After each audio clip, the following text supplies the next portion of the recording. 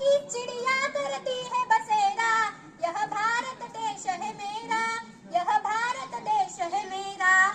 आदरणीय व्यासपीठ व व्यासपीठावर उपस्थित सर्व मान्यवर यांना माझा नमस्कार.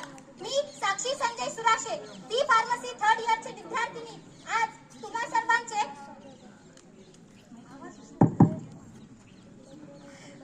आज स्वतंत्र भारताच्या तुम्हा सर्व सुजाण भारतवासियांना स्वातंत्र्य दिनाच्या हार्दिक शुभेच्छा. श्रोते हो, आपल्या सर्वांना माहीतच आहे की चंद्रावर जाणारा भारतीय म्हणजे राकेश शर्मा.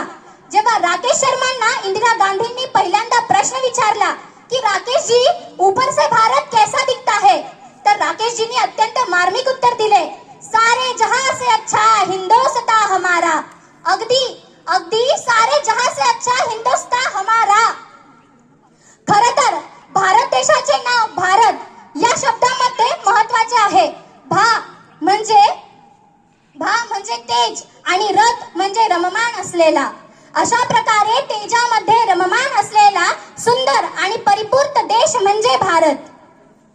आज सर्व भारतीयांसाठी आनंदाचा, गर्वाचा, उत्साहाचा आणि स्वाभिमानाचा दिवस. होय, आज स्वातंत्र्य दिवस. आज 15 ऑगस्ट 2024 म्हणजे भारताचा 78वा स्वातंत्र्य दिन. कुणी म्हणेल आज देशभक्ती परगीत गाण्याचा दिन, तर कुणी म्हणेल आज मिरवणुकी काढण्याचा दिन. कुणी म्हणेल आज इतिहासात डोकावून पाहण्याचा दिन, तर आपले काही बांधव म्हणतील आज राष्ट्रीय सुट्टीचा दिन. पण मी म्हणेल आज जाणीवेचा दिवस. ज्या महापुरुषांनी भारताला स्वातंत्र्य मिळवून देण्यासाठी त्याग केले, त्या त्यागाची जाणीव. ज्या देश बांधवांनी हाल अपेष्टा सोसल्या, त्या हाल अपेष्टांची जाणीव. ज्यांनी यातना सोसल्या, त्या यातनांची जाणीव. होय, आज भारताच्या स्वातंत्र्याची जाणीव. पण आज भारताचे हे आपलं एवढं सोपं वाटतं का? भारत स्वतंत्र झाला हे म्हणणं एवढं सोपं वाटतं का? ते मिळवणं नक्कीच सोपं नव्हतं. किती आक्रोश तो जाहला नद्या वाहल्या रक्तांच्या, किती आक्रोश तो जाहला नद्या वाहल्या रक्तांच्या.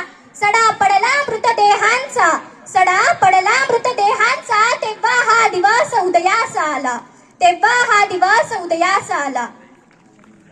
हा दिवस पाहण्यासाठी मातृभूमीच्या कित्येक शूरवीरांनी बलिदान दिले. हा दिवस पाहण्यासाठी मातृभूमीच्या कित्येक शूरवीरांनी बलिदान दिले. म्हणूनच आपल्याला मिळालेले हे स्वातंत्र्य राखण्यासाठी आपण त्याची किंमत जाणलीच पाहिजे. आपण त्याची किंमत जाणलीच पाहिजे. खरं तर एक प्रश्न पडतोय मला की हे स्वातंत्र्य आपल्याला सहजासहजी मिळालेले आहे का? आपण सर्वांनी आपल्या मनाला विचारून पहा की हे स्वातंत्र्य आपल्या सर्वांना सहजासहजी मिळालेले आहे का? तर नाही. हे स्वातंत्र्य आपल्याला सहजासहजी मिळालेले नाही.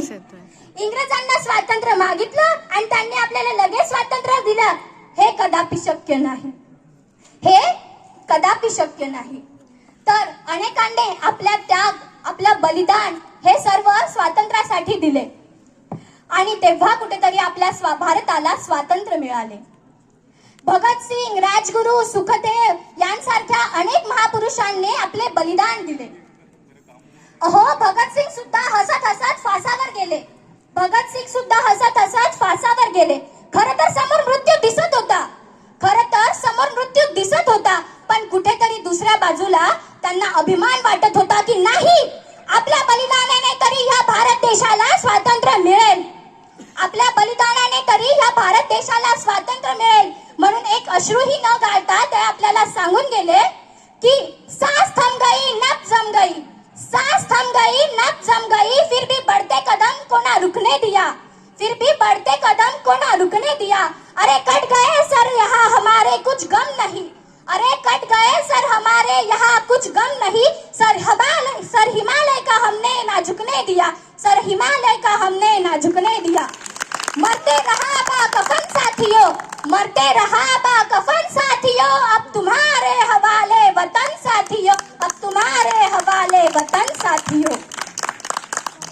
खरं तर 150 वर्ष इंग्रज सत्तेने भारत मातेला छळले. 150 वर्ष या इंग्रज सत्तेने भारत मातेला छळले. घालून या जुलमी सत्ता रक्तांचे पाट वाहिले. घालोनिया ही जुलमी सत्ता रक्तांचे पाट वाहिले. आनंदाने निदड्या छातीने कंठात गोळ्या कुणी झेलल्या. आनंदाने निदड्या छातीने कंठात गोळ्या कुणी झेलल्या. वंदे मातरम इन्कलाब म्हणून भारत मातेसाठी फाशी यांनी घेतल्या. भारत मातेसाठी फाशी यांनी घेतल्या. एवढेच नाही तर स्वातंत्र्य मिळवण्यासाठी जसे की महापुरुषांचे बलिदान महत्वाचे होते, अगदी त्याचप्रमाणे आज स्वातंत्र्य टिकवण्यासाठी सीमेवर लढणाऱ्या जवानांचे बलिदान देखील तितकेच महत्वाचे आहे. या देशाच्या तरुणांनो, या देशाच्या वीरांनो, मातृभूमी हे वतन हे तुमचे आहे. याला तुम्हाला फुलवण्याची गरज आहे. तुम्हाला या भारत देशाचे स्वातंत्र्य टिकवण्याची गरज आहे. यासाठी आपल्याला आपल्या देशाच्या प्रगतीत सक्रिय सहभाग घ्यावा लागेल.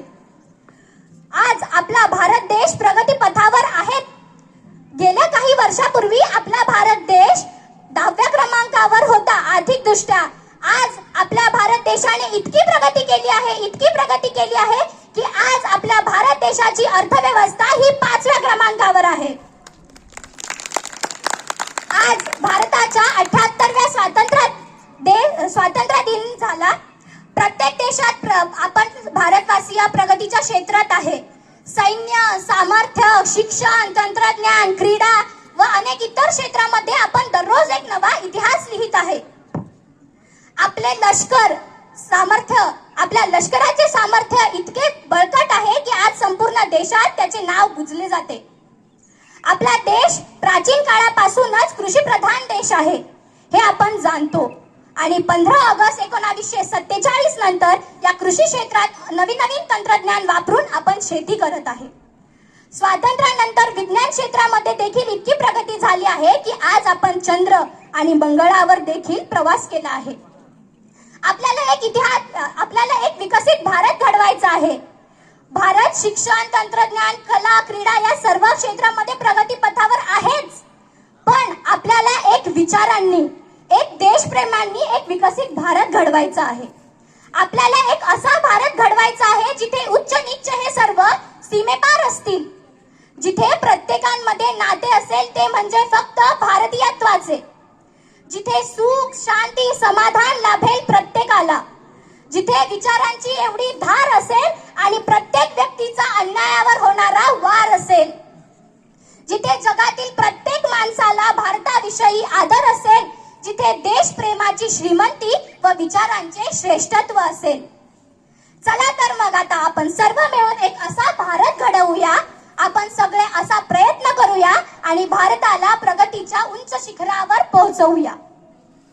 कारण दुनिया में मिल जाएंगे आशिक कई, दुनिया में मिल जाएंगे आशिक कई, मगर मेरे वतन से खूबसूरत कोई सनम नहीं होता. हीरो से सिमट कर सोने में लिपट कर मरते हैं कई, हीरो से सिमट कर सोने में लिपट कर मरते हैं कोई, मगर मेरे तिरंगे से खूबसूरत कोई कफन नहीं होता, कोई कफन नहीं होता. धन्यवाद. जय हिंद, जय भारत.